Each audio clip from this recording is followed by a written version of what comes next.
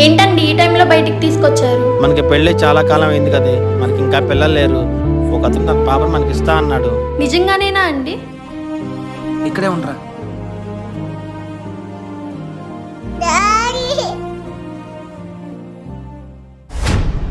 రారా. ఏంట్రా నువ్వు చేసిన పని? డబ్బుల కోసం కన్న కూతురు నమ్ముకుంటావా? ఛీ, అసలు ఏం జరిగిందో నీకు తెలుసా? డబ్బులు వద్దండి. అదేంటయ్యా డబ్బులు వద్దంటావు? డబ్బు కోసం నా కూతుర్ని మీకు ఇవ్వట్లేదండి. తన పురిట్లోనే వాళ్ళమ్మ చనిపోయింది. వాళ్ళమ్మ అనాదే, నేను అనాదే. నాకేమో క్యాన్సర్. నేను చచ్చిపోతే నా కూతురు అనాథ అవ్వకూడదు. అందుకని నా కూతుర్ని మీకు ఇస్తున్నాను. అయినా నేను ఇప్పుడు హ్యాపీ. ఎందుకంటే నేను చచ్చిపోయినా నా కూతురు చూసుకోవడానికి మీరున్నారు.